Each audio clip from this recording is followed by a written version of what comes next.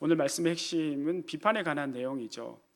사실은 이 말씀은 12절까지, 본문 말씀은 12절까지 함께 묶여 있는 말씀입니다. 다음 시간에 이제 7절에서 12절 말씀은 함께 보실 거고, 결론적인 말씀도 그 다음 시간에 함께 말씀을 드리겠습니다. 오늘은 비판에 관한 말씀인데, 이 비판에 관한 말씀이 독립적으로 비판에 관한 이야기만 하는 게 아닙니다. 그래서 우리가 이 배경에 깔려 있는 이 바탕에 어떤 배경이 깔려져 있고, 예수님이 어떤 의도로 이 말씀을 하신 것인지를 좀 세심하게 우리가 함께 살펴볼 겁니다. 앞장의 경건과 관련된 이야기들을 예수님께서 쭉 하셨어요. 6장에서 외적인 경건 모습에 대해서, 또 금식, 또 구제, 기도하는 것, 이런 얘기를 하시고, 또 마음에 두어야 할 것이 세상의 보물이 아니라, 물질, 돈이 아니라 오직 하나님이어야 함을 말씀을 하셨습니다.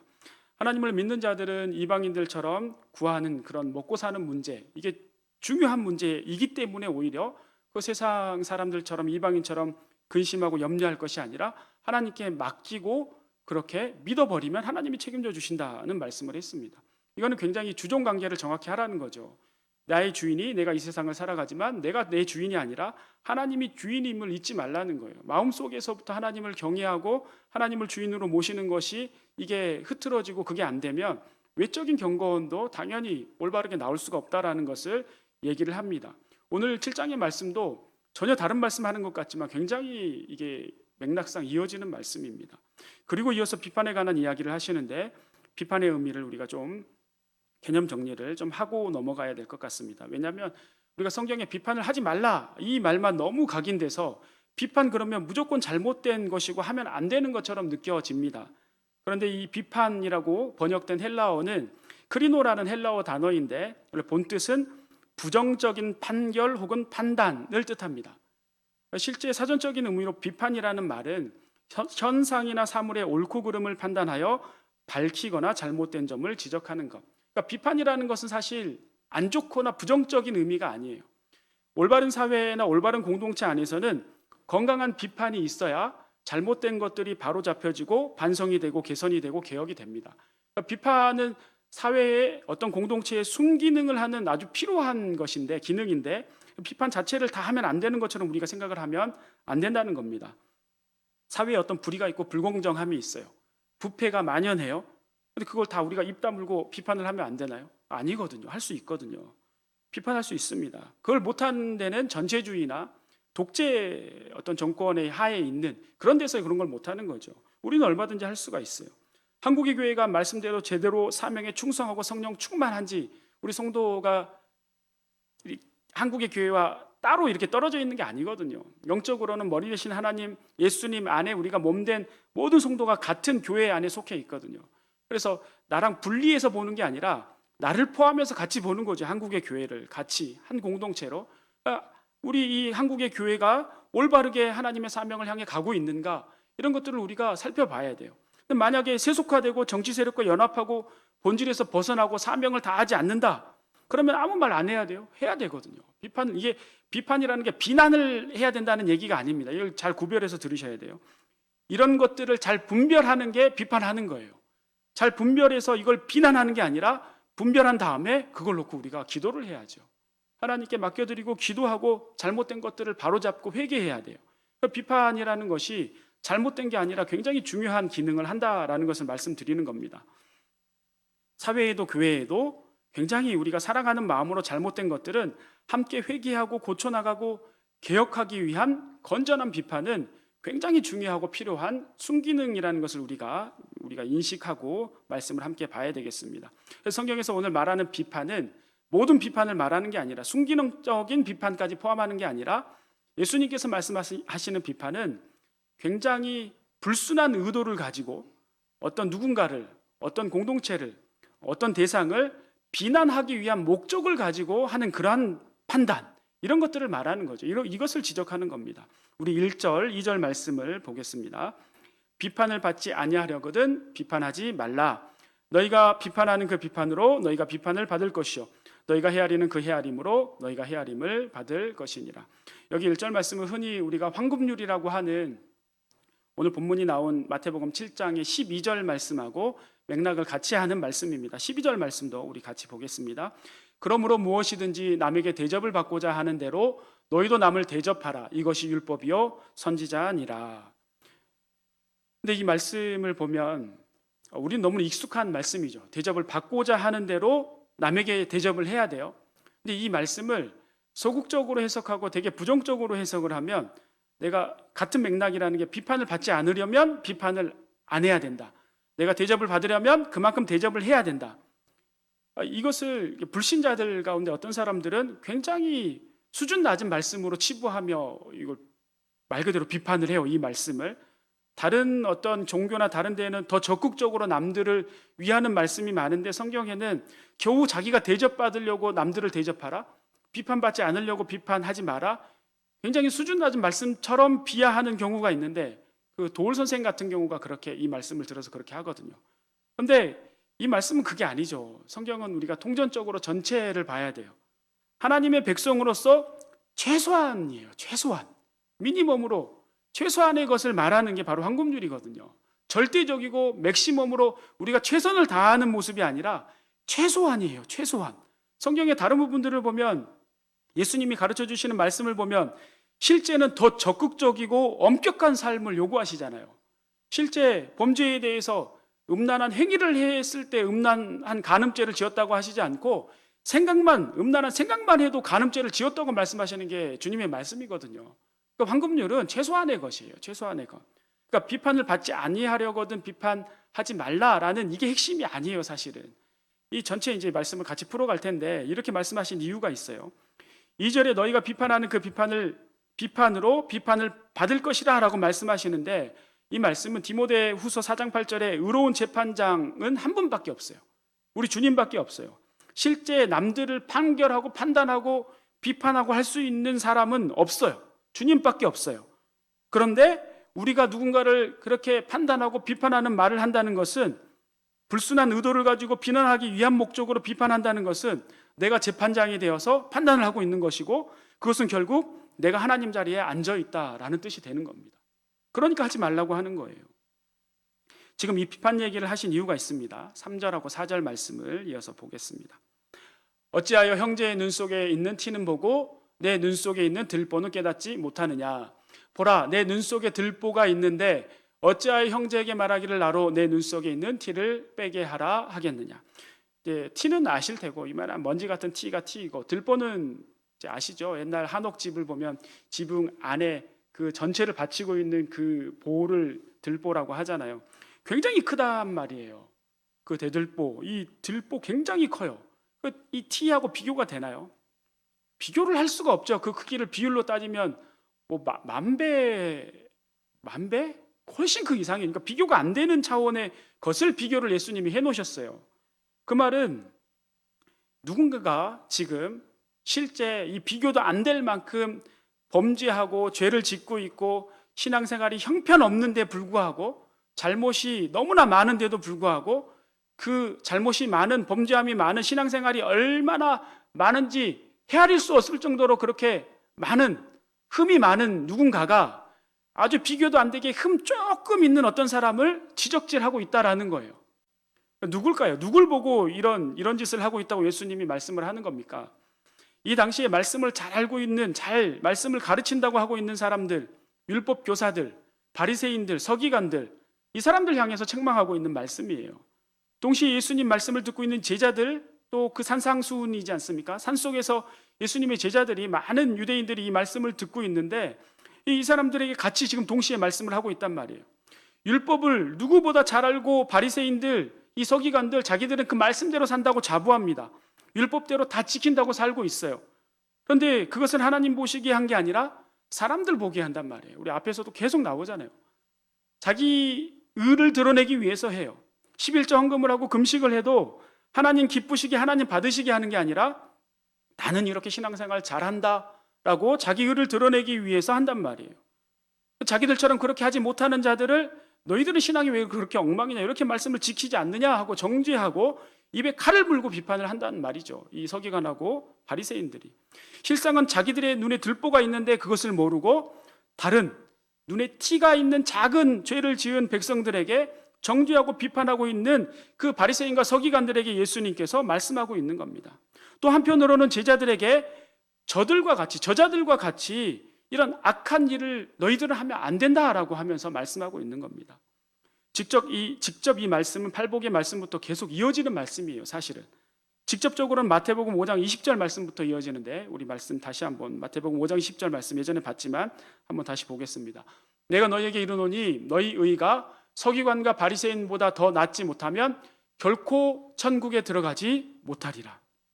예수님께서 우리의 의가, 제자들 너희 지금 말씀을 듣고 있는 너희의 의가 서기관과 바리새인보다 낫지 못하면 결코 천국에 하나님 나라에 들어가지 못할 것이라고 말씀을 하고 계속 말씀을 이어서 하시는 거예요. 이들의 실체를 하나하나 이렇게 꺼내서 보여주고 있어요. 이 바리새인과 서기관들, 외식되고 모순된 잘못된 이들의 신앙을 하나하나 꺼내서 보여주고 계신데, 겉보기에는 이들이 하는 게 많긴 많단 말이에요. 헌금도 잘하고 예배 출석도 잘하고 굉장히 하나님 일도 많이 하는 것처럼 보여져요. 우리는 이 경건의 모습도 은밀한 중에 모시는 하나님께 하는 자들이 아니라 외식하는 자들이었다는 것을 예수님께서 제자들에게 보여준다는 것을 알아야 됩니다. 이 바리새인과 서기관들이 의로움이라고는 전혀 없으면서 자기의 의를 아주 사람들 앞에 드러내기 위해서 하나님 보시기에 합당한 것이 아니라 자기들의 어떤 그 의를 위해서 위선되고 거짓되고 외식되게 모순되게 했던 모습을 예수님께서는 신랄하게 아주 비판하고 있는 겁니다. 그러면 우리가 이제 이 대목에서 생각을 해봐야 됩니다. 우리의 행위와 우리의 모습이, 겉모습이 바리새인과 서기관보다 나은가? 의로운가? 예수님 분명히 말씀하셨잖아요. 우리의 의가 이 바리새인과 서기관보다 낫지 않으면 안 된다고.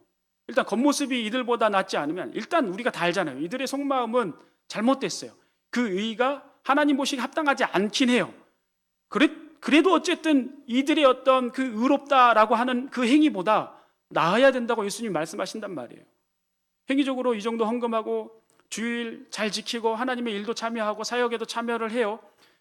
우리 성도님들 다 그렇다라고 합시다. 다 그렇게 참여를 하신다고 우리가 생각을 해요. 그러면 이번에 다시 생각을 해봐야죠. 나는 저들처럼 외식된 모습은 있지 않는가라고 우리가 또 생각을 해봐야 돼요. 내가 하나님 말씀 잘 지키고 말씀대로 사는 것처럼 믿음 좋은 사람처럼 사람들 보기에는 그렇게 보이지만, 실제 많은 사람들을 정죄하며 비판하며 혀에 칼을 물고 많은 사람들을 말로써 죽이는 삶을 내가 살고 있지 않은가 돌아보라는 거예요. 그 말씀을 오늘 예수님이 하시는 겁니다. 내 눈에 들보는 보지 못하고 다른 사람들의 눈에 작은 티 하나 보면서 들추고 퍼뜨리고 정죄하고 험담하고 내가 그런 삶을 살고 있지 않은가 돌아보라는 말씀을 지금 하고 있는 겁니다. 제가 이 말씀 준비하면서 또 설교하면서 저도 굉장히 찔림이 있습니다. 이 부분에 대해서 회개를 많이 해야 되고, 저도 되게 비판적인 시각과 그런 말들을 저 역시 벗어날 수 없는 그러한 사람입니다. 성도님들 이 말씀을 보면서 굉장히 정말 심도 있게 내 자신을 돌아보고 회개해야 될 줄 믿습니다. 그러니까 오늘 본문의 핵심 주제인 이 비판에 대해서 단순하게 비판을 하지 말라거나 너희가 비판받기 싫으면 비판을 안 해야 한다 정도의 말씀이 아니에요.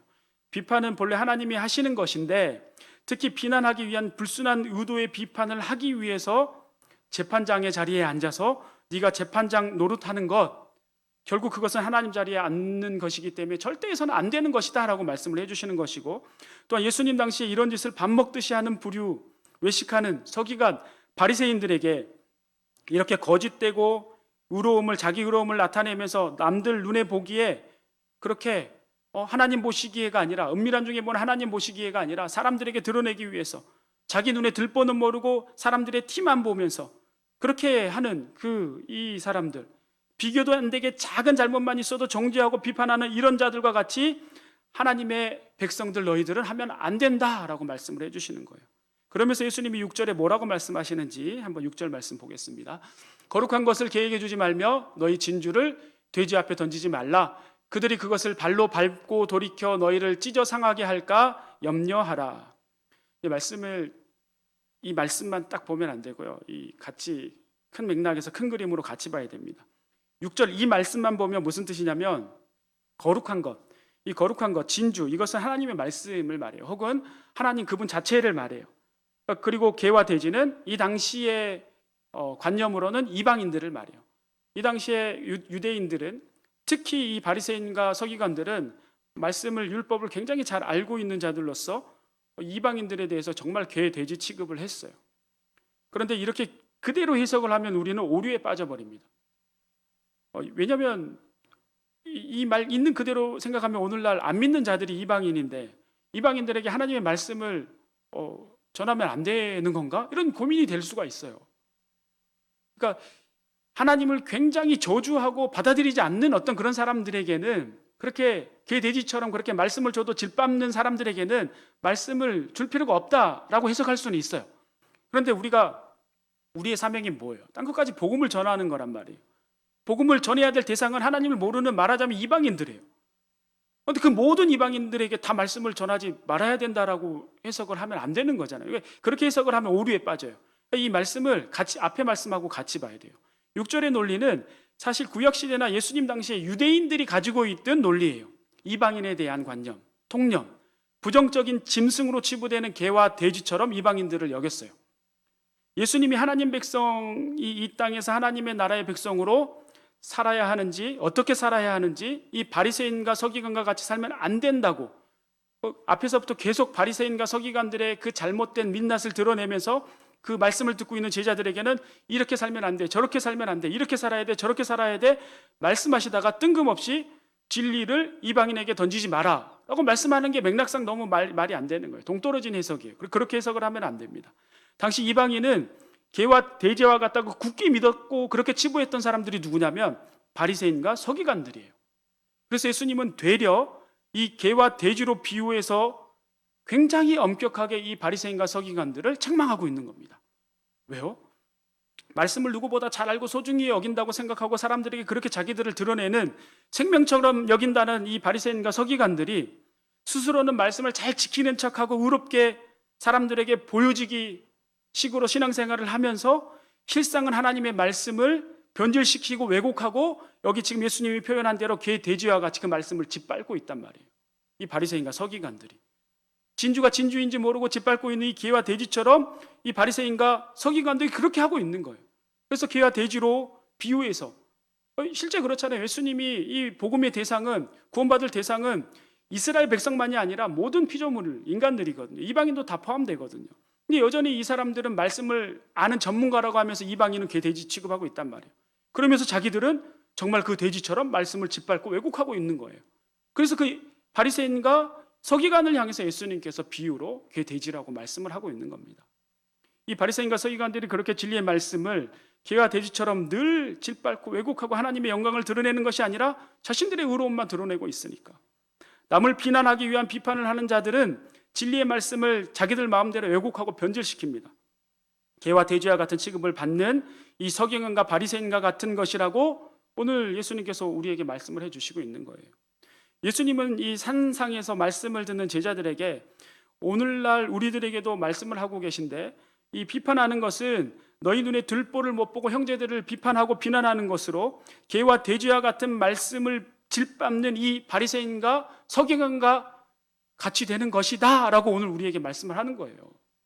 굉장히 사실은 엄격하고 무서운 말씀이고 예수님께서 굉장히 강하게 아주 책망하는 말씀이라는 겁니다. 험담하는 것을 멈추라는 거예요. 형제를 비판하는 것을 멈추라고 강력하게 말씀하는 것이죠. 로마서 14장 10절 말씀을 보겠습니다. 내가 어찌하여 내 형제를 비판하느냐, 어찌하여 내 형제를 업신여기느냐, 우리가 다 하나님의 심판대 앞에 서리라. 이 말씀은 하나님의 백성은, 복받은 하나님의 나라에 사는 하나님의 백성은 우리 형제 자매를 비판하는 것을 하면 절대 안 된다라는 것을 보여줍니다. 예수님께서 바리새인들과 서기관들이, 예수님께 바리새인과 서기관들이 항상 의도를 가지고, 나쁜 의도를 가지고 어떤 질문을 하고 공격을 한단 말이에요. 마태복음 15장에도 그런 장면이 나옵니다. 예수님의 제자들이 떡을 먹을 때 손을 씻지 않으니까 따져 묻거든요. 바리새인하고 서기관들이 장로들의 전통대로 왜 떡을 먹을 때 손을 씻지 않습니까? 라고 예수님께 따져 물어요. 예수님이 많은 얘기가 있는데 그 오늘 이야기하고 맥락이 같이 되는 거예요. 이 자들이 자신들은 왜곡된 신앙을 가지고 있으면서 이렇게 지적질하고 비판만 한단 말이에요. 이 바리새인과 서기관들이. 예수님이 진짜 더러운 죄악은 전통 조금 안 지키고 손 조금 안 씻고 이런 게 아니라 모순되고 왜곡되게 말씀을 변질시켜서 신앙을 왜곡되게 하고 있으면서 사람들에게는 신앙생활 잘하는 것처럼, 사람들을 오히려 비판하고 있는 그들에게 이렇게 말합니다. 마태복음 15장 18절 19절.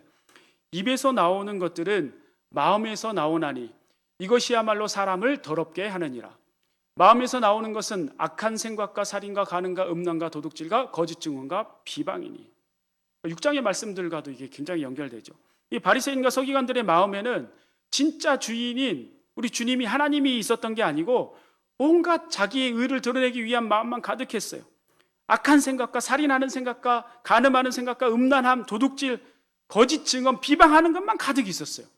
그게 가득 있으니까 입에서도 항상 비판하고 비방하는 말만 나오는 거예요. 6장 말씀에서 나눈 것처럼 우리 마음에 두 마음을 품으면 안 되는데, 하나님 외에 다른 마음을 품으면 안 되는데 이 바리새인과 서기관들은 다른 마음을 품고 있었던 거죠. 그러니 입에서도 늘 자기 눈에 들보는 못 보고 남들만 비판하는 말만 계속 나오는 겁니다. 오직 하나님만이 먼저 우리 마음속에 주인이 되어 있어야 됩니다. 빌립보서 4장 7절 말씀, 그리하면 모든 지각에 뛰어난 하나님의 평강이 그리스도 예수 안에서 너희 마음과 생각을 지키시리라. 아멘. 그러니까 우리 마음속에 하나님만 주인으로 모시고 그 하나님이 이 안에 계셔야, 우리 주님이 계셔야 우리 마음속에 이 악한 생각들, 악한 비판의, 비방의, 거짓의 말들이 나오지 않도록 우리 주님께서 평강으로 우리 마음과 생각을 지켜주시는 거예요. 근데 주님이 우리 마음에 주인으로 모시지 않고 있으니까 악한 것들로 가득 채우니까 악한 것들로 입에서 나오는 겁니다. 그리고 또 한 가지, 비판하려는 마음이 그래도 또 우리 육신의 옷을 입고 있기 때문에 살다 보면 욱하는 감정이 올라오기도 하고 화가 올라오기도 해요. 그래도 그것을 순간 깨닫고 빨리 입에 내뱉지 말아야 돼요. 입에 내뱉지 말고 꾹 닫고 하나님께 오히려 이 말씀을 우리가 생각을 해야 됩니다. 오늘 본문 말씀 2절 말씀 보십시오. 너희가 비판하는 그 비판으로 너희가 비판을 받을 것이요. 이 부분 같이 읽겠습니다. 다음 시작. 너희가 헤아리는 그 헤아림으로 너희가 헤아림을 받을 것이니라. 헤아리는 능력이 필요해요. 우리는 헤아리는 능력이 필요해요. 헤아리는 것은 내 기준이 아니에요. 내 기준으로 사람들을 판단하니까 비판이 되고 비난이 되고 험담이 돼요. 내 기준으로 사람을 보지 말고 그 사람에게는, 상대방에게는 내가 알지 못하는 어떤 사정이 있는지 몰라요. 요즘에도 가짜 뉴스도 너무 많고 가짜 소식도 많고 또 단편적인 부분만 보고 나중에 보면은 또 밝혀진 걸 보면 사실이 아닌 경우도 있고, 그래서 우리가 함부로 쉽게 말을 하면 안 됩니다. 그 사람의 입장에서 그 사람 기준에서, 내 기준이 아니라 그렇게 좀 헤아리는 능력이 있어야 돼요. 헤아리는 능력을 좀 더 구체하려면 말씀에 나온 대로 보면 에베소서 4장 23절 말씀 같이 읽겠습니다. 에베소서 4장 23절 말씀 시작. 서로 친절하게 하며 너희를 용서하심과 같이 하라. 서로 친절하게 하라고 하죠. 내가 불친절한 사람이면 연습하셔야 돼요. 친절하게, 말도 친절하게 하고 불쌍히 여기고. 우리는 사실 다 불쌍한 사람들이에요. 나도 불쌍하고 옆에도 불쌍하고 서로 불쌍히 여김이 있어야 됩니다. 알고 보면 우리가 다 불쌍한 존재들 아닙니까? 원래 죄인인데 그저 예수 그리스도의 십자가 보혈의 공로로 은혜 받은 사람들이지, 구원받은 사람들이지 우리에게 무슨 나타낼 게 뭐가 있습니까? 불쌍한 자들이에요. 서로 불쌍히 여기는 거죠. 그리고 또 실수를 서로 다 실수를 안 하는 사람이 없습니다. 실수를 안 하려고 애를 써도 다 실수를 해요. 그것을 서로가 이해하며 용서하는 거죠. 그렇게 사랑하는 거예요. 그렇게 서로를 헤아려 주는 거죠. 비판하고 허점 찾아가지고 험담하는 것이 아니라. 저를 비롯해서 오늘 이곳에 함께 말씀을 듣는 성도님들, 온라인으로 또 예배 함께하는 성도님들 중에 누구도 이 말씀에 비껴갈 수 있는 성도님은 안 계실 것이라고 생각합니다. 우리 이번에 새생명 축제 10월에 어느 멋진 날에 우리가 행사를 진행하면서 우리 전도 세미나 때 배웠던 것 있지 않습니까? 우리가 전도한 분들 또 작정한 분들에게 사랑의 빚진 자를 만들자라는, 그래서 사랑의 빚진 자를 만드는 게 다른 게 아니잖아요. 그걸 통해서 하나님의 살아계심을 경험하게 하는 전도 전략이잖아요.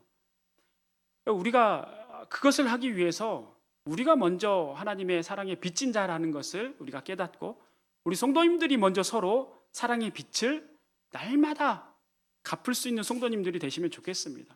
오늘도 사랑의 빚을 갚고 내일도 사랑의 빚을 갚고 또 사랑의 빚을 서로 지고 또 지고, 그렇게 서로가 위로하고 격려하고 사랑하고 그런 우리 성도님들, 우리 교회가 되기를 축복합니다. 행여라도 그동안 교회 안에서 혹은 교회가 아니라도 다른 곳에서 그렇게 여러 비판과 비난과 험담으로 인해서 고통받고 상처받은 분들이 있으시다면 그러한 위로 우리 주님께서 다 아시고 다 해주십니다. 교회를 통해서 해주세요. 교회의 머리 대신, 그래서 지금도 역사하시는 우리 주님의 그 사랑으로 우리 교회를 통해서 우리 성도님들에게 주시는 위로와 평안과 사랑으로 회복되시기를 소망합니다. 또한 우리 성도님들 모두가 비판의 혀가 아니라 이제는 사랑의 언어와 헤아림으로 또 용서함과 사랑함만 가지고 아름답고 또 풍성한 교제만 있는, 서로 그렇게 하나됨을 지키는 그런 건강하고 아름다운 하나님의 나라여 공동체를 함께 세워나가는 우리 성도님들 되시길 축원하고 축복합니다.